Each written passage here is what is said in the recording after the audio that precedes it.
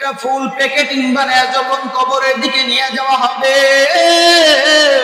তোমার মা গাছের আড়ালে দাঁড়ায় দাঁড়ায় তোমার জন্য কান্দে কান্দে। আর প্রতিবেশীকে ডাক দিয়ে বলবে, ও প্রতিবেশী, তোমরা আমার সন্তানকে কোথায় লয়ে যাও? আমার সন্তান ওই বাঁশ বাগানে অন্ধকার কবরে তো আমার সন্তান ঘুমাইতে পারবে না, কারণ আমি আমার সন্তানকে কখনো শক্ত মাটিতে রাখি নাই, আমি আমার সন্তানকে কখনো কষ্ট দেই নাই, আমি আমার সন্তানকে অন্ধকারে রাখি নাই, আমার সন্তান ভয় পাবে বলে। এখন প্রতিবেশী, তোমরা আমার সন্তানকে কোথায় নিয়ে যাও? আমার সন্তান তো ওই বাঁশের ঝাড়ে অন্ধকার কবরে থাকতে পারবে না।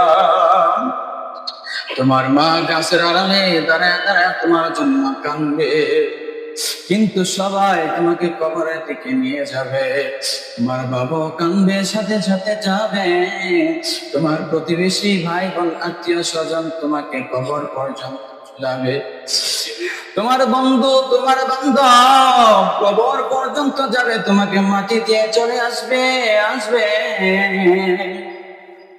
একদিন, 2 দিন, 3 দিন তোমার প্রতিবেশী তোমার ভাই বোন আত্মীয় স্বজন কাঁদবে, দেখবা 3 দিন পরে তোমার নাম তোমার স্মৃতি আস্তে আস্তে ভুলতে থাকবে।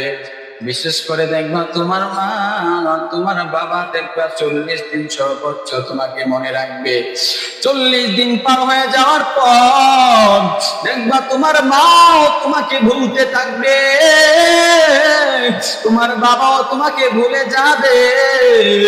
অথচ তুমি কতটা বছর তাদের সাথে ছিলা, প্রতিটি রক্তের সাথে তুমি তাদের সাথে মিশে আছো, ওঠা বসা সব সময় যাদের সাথে ছিলা তারাও তোমাকে ভুলে যাবে। এই জন্য আল্লামা শেখ সাদী রহমাতুল্লাহি আলাইহি বলেন, মকুনতু কিয়া বরহমদে না পায়দা, মকুনতু কিয়া বরহমদে না পায়দা।